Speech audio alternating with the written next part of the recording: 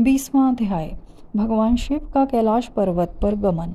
ब्रह्मा जी बोले, हे नारद मुनि, कुबेर के कैलाश पर्वत पर तप करने से वहाँ पर भगवान शिव का शुभ आगमन हुआ। कुबेर को वर देने वाले विश्वेश्वर शिव जब निधिपति होने का वर देकर अंतर्धान हो गए, तब उनके मन में विचार आया कि मैं अपने रुद्र रूप में, जिसका जन्म ब्रह्मा जी के ललाट से हुआ है और जो संहारक है, कैलाश पर्वत पर निवास करूंगा। शिव की इच्छा से कैलाश जाने के इच्छुक रुद्रदेव ने बड़े ही जोर जोर से अपना डमरू बजाना शुरू कर दिया। वह ध्वनि उत्साह बढ़ाने वाली थी। डमरू की ध्वनि तीनों लोकों में गूंज रही थी। उस ध्वनि में सुनने वालों को अपने पास आने का आग्रह था।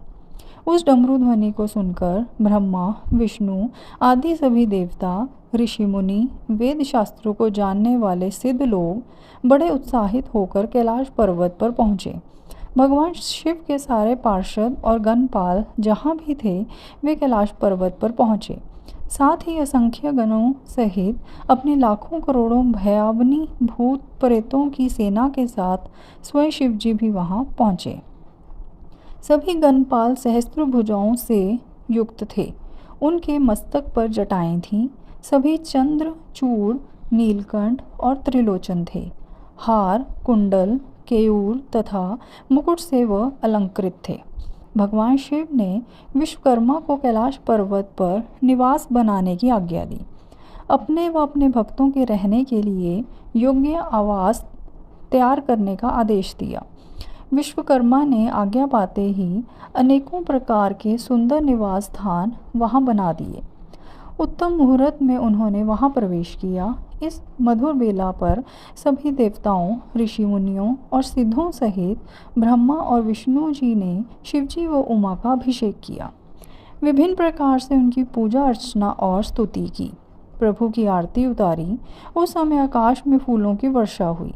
इस समय चारों ओर भगवान शिव तथा देवी उमा की जय जयकार हो रही थी।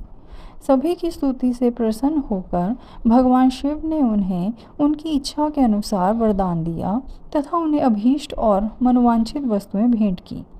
तत्पश्चात भगवान शंकर की आज्ञा लेकर सभी देवता अपने अपने निवास को चले गए। कुबेर भी भगवान शिव की आज्ञा पाकर अपने स्थान अलकापुरी को चले गए। तत्पश्चात भगवान शंभु वहाँ निवास करने लगे। वे योग साधना में लीन होकर ध्यान में मगन रहते। कुछ समय तक वहाँ अकेले निवास करने के बाद उन्होंने दक्ष कन्या देवी सती को पत्नी रूप में प्राप्त कर लिया। देवर्षि अब रुद्र भगवान देवी सती के साथ वहाँ सुखपूर्वक विहार करने लगे। हे नारद, इस प्रकार मैंने तुम्हें भगवान शिव के रुद्र अवतार का वर्णन और उनके कैलाश पर आगमन की उत्तम कथा सुनाई है। तुम्हें शिवजी व कुबेर की मित्रता और भगवान शिव की विभिन्न लीलाओं के विषय में बताया है। उनकी भक्ति तीनों लोकों का सुख प्रदान करने वाली तथा मनोवांछित फलों को देने वाली है। इस लोक में ही नहीं, परलोक में भी सद्गति प्राप्त होती है। इस कथा को जो भी मनुष्य एकाग्र होकर सुनता या पढ़ता है, वह इस लोक में सुख और भोगों को पाकर मोक्ष को प्राप्त होता है। नारद जी ने ब्रह्मा जी का धन्यवाद किया और उनकी स्तुति की। वे बोले कि प्रभु, आपने मुझे इस अमृत कथा को सुनाया है। आप महाज्ञानी हैं। आप सभी की इच्छाओं को पूर्ण करते हैं।